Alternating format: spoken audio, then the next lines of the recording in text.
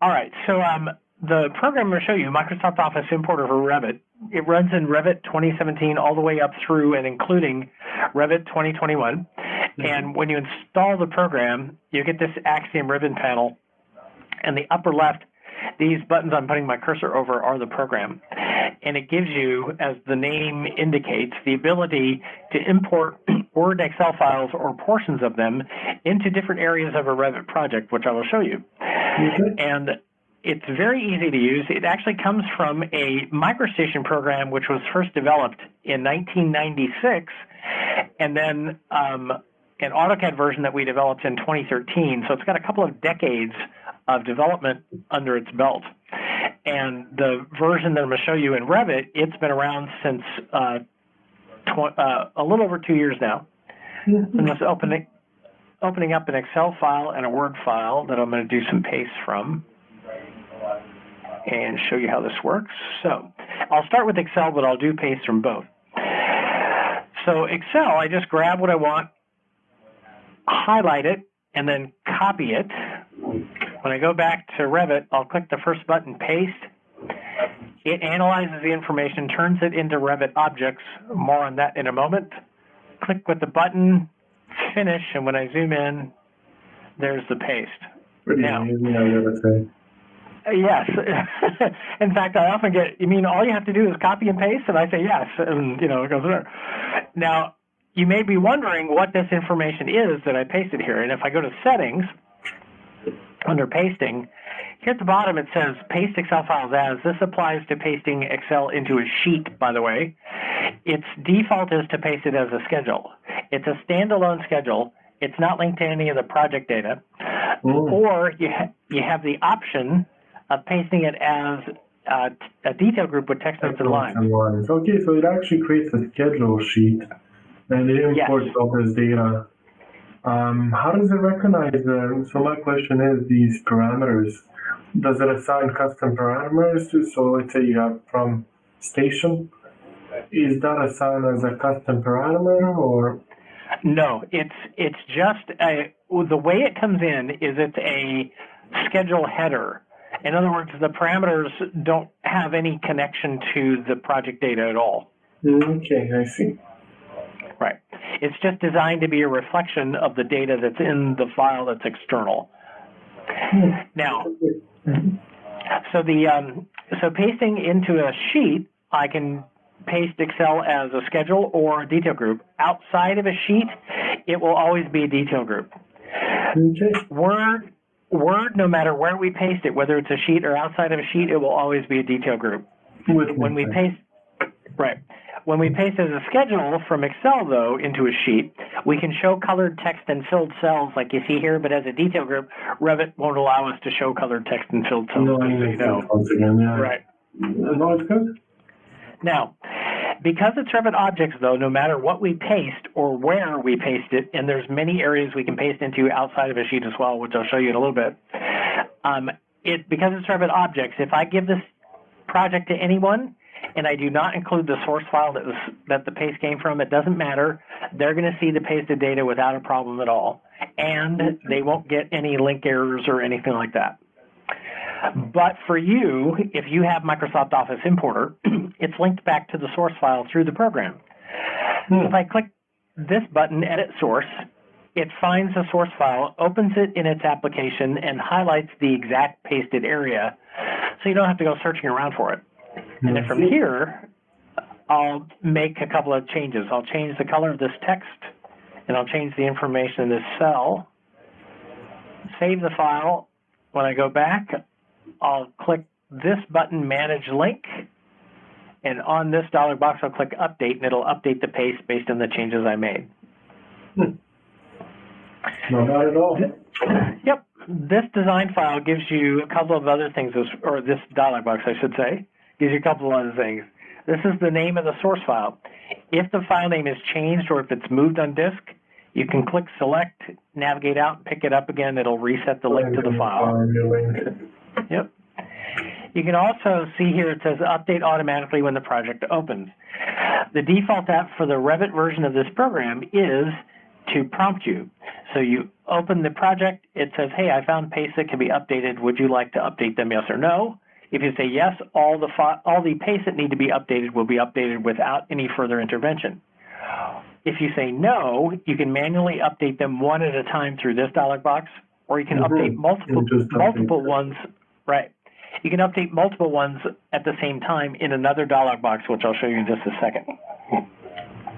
All right, so now you see at the bottom, Excel attributes, top left cell, bottom right cell. This is the range of cells that the paste is composed of from Excel.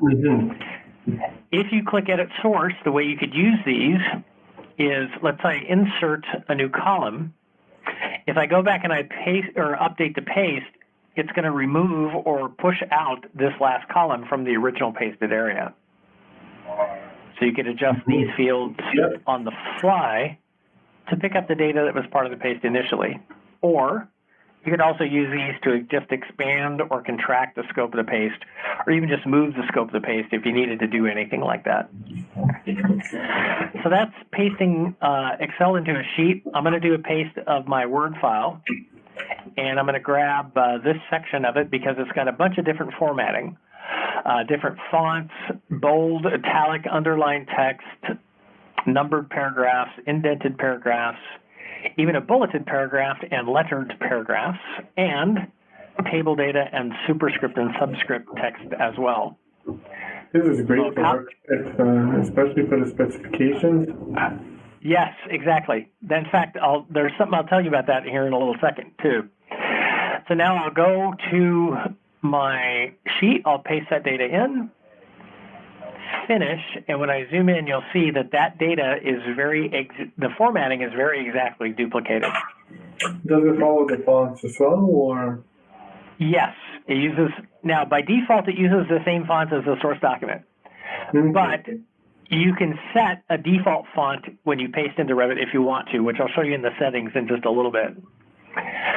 But the formatting is so important that the product manager has told everyone in our technical division, which we're all on support duty, that if we get any reports of any sort of formatting thing, he wants to know about it right away so he can work with the programming team to tweak the program to fix whatever that formatting issue is. So that's Word and Excel into Sheets. Now I'm going to go into Drafting View. I'm going to do a paste of Excel there just to show you the difference between pasting it as a line and a schedule. Right, as a schedule. Right. So here it's going to be a detail group. Copy, and it's just going to be black text and black lines. But it's linked back to the source file, just like I showed you the other paste is, so I could do updates and go from there. Oh, very good. Now, in addition to sheets and drafting views, we've also been able to paste into legends of those three areas since the program came out pretty much. And then in addition, a little over a year ago, we added the ability to paste into floor plans, area plans, ceiling plans, and engineering plans as well. So pretty much everywhere. Yep. Now I'm going to go into this button here, which is List of Links. This lists all the Microsoft Office importer links in the project. If you need to look at a paste, you just click on it, double-click on it, and it'll take you to the paste, so you don't have to go looking around for it. And I'm going to make a change to my source file here. I'm going to undo that column, save it. Now when I go back, and I close this and I reopen it, you'll see that I now got paste out of date in the status area. So if you see one or more out of date, you can select them using Shift or Control click. Click Update, it'll check all the source files, all the exact pasted areas, and update those pastes accordingly. Very good. So in addition, yeah, go ahead. No, I'm just going off topic, but no, go ahead. My apologies. Oh, it's no problem. You can interrupt me at any time and ask me anything or say anything. It's totally fine. Yeah, it wasn't really a real question. It was more a comment. I've created something very similar to this. At one point, I started playing around with these scripts and with the API of Revit. And yes. I've got a thing that's called Issues Manager, so I can just snapshot any view and create an issue out of it. And prints it into creates a drafting view, creates all the lines, and then exports it into an image and PDF file. Ah, that's very interesting. That's So cool. it's very similar thing. My thing too has a tab and it's called Issues Manager. But I never got around tweaking it. If ever you guys need an idea or anything, that could be a great one. Understood. Okay, cool. All right, so this dialog box also gives you a couple things. You can open the Manage dialog box from here, edit the source file. Source folder opens Windows Explorer or File Explorer into the folder where the file you got selected is located. So if you needed to look in that directory for whatever reason, you could. Mm-hmm. You can also delete paste as well, which I'm going to do just to set things up for the next major feature that I'm going to show you. I'll adjust my view. And when I go to the settings, pasting again, but this time at the top, notice by default it's got on split paste into columns. Mm-hmm. And with that on, for Excel, I can tell it how many rows of header information to copy over the top of each column that splits off. Now, this is the first number of rows in the file, by the way. So I'll set that. I'll go back out to my Excel file, and I'll grab all of it this time, which is about 4 pages of information. I'll paste that. I'll split it with this button on the secondary dialog box, and then it gives me a representation of where the columns are going to fall. If I move up or down, it adjusts the height. If I move left or right, it'll adjust the space between the columns. And with a second mouse click, it pastes the data. Yep. And then with this button, I can say copy the header rows over every column that's split off. Click redraw. It does.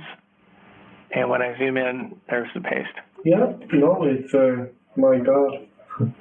If I could print like this in Excel, that would be amazing. I understand.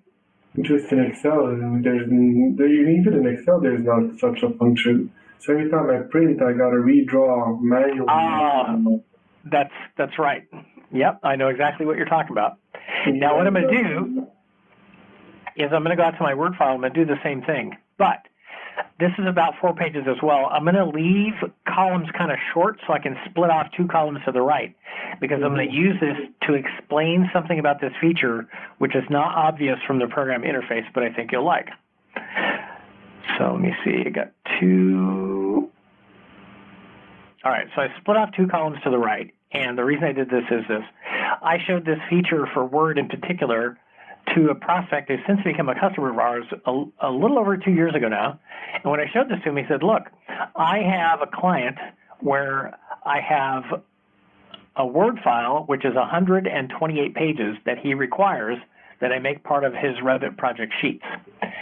So when I showed this to him, he said, what I would like to do is paste all of that Word file, splitting it into columns into one sheet, then grab columns that are split off, cut them, go to new sheet, paste them in, and he said when I do so, I want them to still be part of the same paste, so that if I have to update the Word file, the paste will update based on, the changes being made in the source file. So we did that for him. So that works for both Word and Excel in the same type of viewer area. So you can go sheet to sheet, drafting view to drafting view, that sort of thing. You can't cross views. Even Revit won't allow you to do that sort of thing. So that's split paste into columns. Any questions on that? No, honestly, a lot better than I expected. Okay. That's my general comment. Cool. I knew. Now go. Well, I knew. Yeah, I knew even how to do it properly, manually. But understood. To automate this way, it's very, very, very impressive. Very cool. We try to be impressive. That's always now, yeah, definitely. So in the settings, I'll go here and we'll wrap this up. So the default, as I mentioned earlier, uses the same fonts as the source document. But any font that's available to you in Revit, you could use as a default font. Yep. However, if you do use a default font, we recommend that you use that same font exclusively in your Word or Excel file. That way you won't run into font mapping issues due to differences in character height and width and that sort of thing. Right, exactly. Makes a lot of cool. So scale, this is a default scale factor which I use for demos. It's just a ratio of the text size in points versus the measurement in this case, inches in the project. But this works whether it's metric or imperial, it doesn't matter. However, the default is to use this map text sizes. What this does is, depending on what measurement's being used in the project, it'll fill in the text sizes based on the project. So if it's metric, it'll fill in the metric text sizes. And these fields are directly editable. So for example, if you say, I need 12-point text to map to a specific size, and you can just edit it to what you want it to be. Yeah. Again, if it was metric, you metric, save your settings, and then when you paste with this settings file loaded, it'll always map the text sizes to the exact Revit text sizes that you want. Great. Under pasting, this is where you split paste into columns. Oh, by the way, about settings files, you could also go File, Save Settings As, and save out different settings files for different projects or different clients. Right, exactly. And then just go File, Load Settings to load whatever settings files are appropriate. Linking. So by default, the program by design links back to the source file and sets it to update automatically when the project opens. Again, it will prompt you there. But if you have a scenario where you just want to paste the data into the project and you don't want it to be linked back, in other words, you just want to maintain the pasted data within the project from then on, then you could do that in one of two ways. You could turn this off, use every other feature of the program that you want to split paste the columns, set the font, the text size, that sort of thing. It just wouldn't be linked back to the source file. And then when you're ready, you just load the settings file again. It'll reset that setting on. Or you could save the settings file out as a different name, like File, Save Settings As, Unlinked, or whatever's obvious to you, and turn that setting off, and then save your settings file. That way, whenever you paste with this settings file, it just wouldn't be linked back. I see. And again, just load the settings file that's appropriate for the work you're going to do next. Now, lastly, updating. This is a settings file setting, meaning whatever's saved here when you close Revit, the next time you open Revit, that's the setting that will be in force. So the default for the Revit version of this program is to prompt you when you open the project and say, hey, I found paste that can be updated. Would you like to do so, yes or no? Or you can say, update all the automatic paste without asking. That happens to be the default for the MicroStation and AutoCAD version. Revit users wanted more control, so we changed the default to the second one for them specifically. Which makes sense. Exactly. Yep. And then lastly, you could say, don't update any automatic paste at all. In that case, you could still manually update them if you needed to through the Manage Link dialog box or the Listed Links dialog box as well. So that's the program, Alexander. I think it's great. Honestly, Frederick, much better than I expected. And I know it's a simple tool, but it's a very practical tool. And very good. My question is, how much does it cost? And if I knew, I would tell you. And I only say that because I have 39 programs I have to keep track of technically.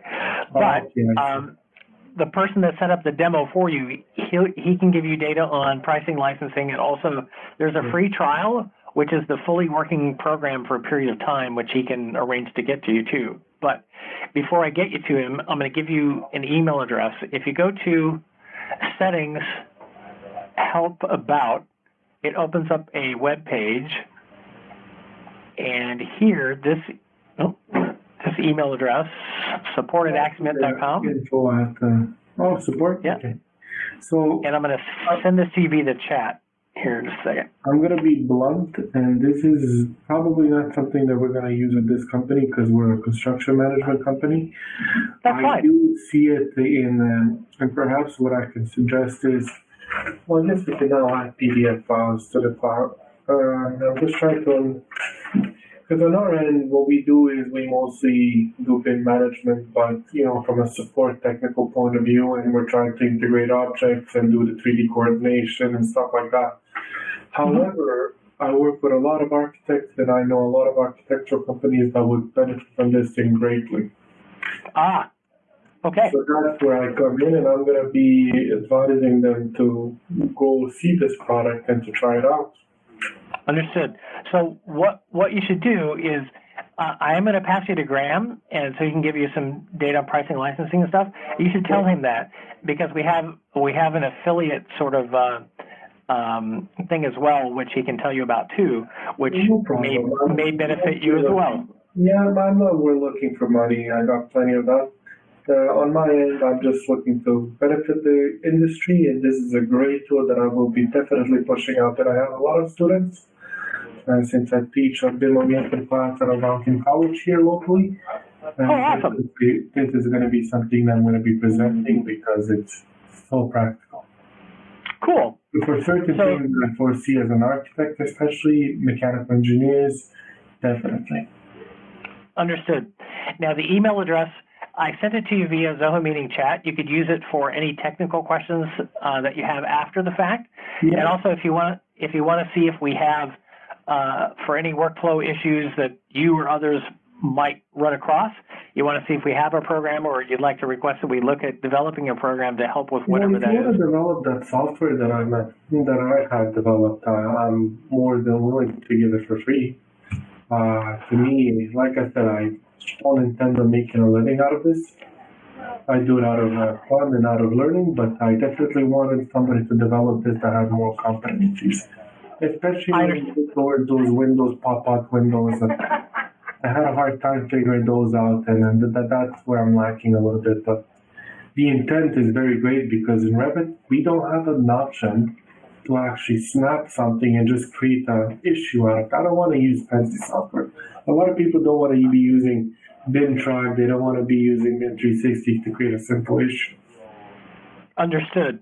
Yeah, what you should do is use that email address for what you just described. If you want to promote that to us, send an email to us, and that what will happen is our tech support head will send that to our product manager in charge of our product managers, and he'll look at it and he'll get back with you definitely. Perfect. Well, definitely, Frederick. I appreciate that. And like I said, good work. I'm hoping that it doesn't cost too much for this software. Like I said, my intent really is, I think, in the BIM industry, we should promote things more, not freely, but not as costly as everything costs. I refuse these products, but some of them cost $20 per user per month. It's like I don't pay for cars that much. I understand. So cool. It's simple tools once again, so it doesn't make sense how they're charging for some of these things. But no, I'm looking forward. I'll be in touch with Graham to see how much it costs, and like I said, I'll definitely promote this product because I know a lot of people don't want to jump onto the Revit thing just because of some of the things that are lacking within Revit. And this is understood. Okay. Well, cool. So I actually, I'm going to try to pass you out through Graham. If he's there, he'll just pick up, talk to you quick, and then send you on your way, okay? Perfect. Cool. All right, Alexander, thank you very much for your time. I really appreciate it. No, me too. Honestly, much better than I expected. Cool. Hang on just a second.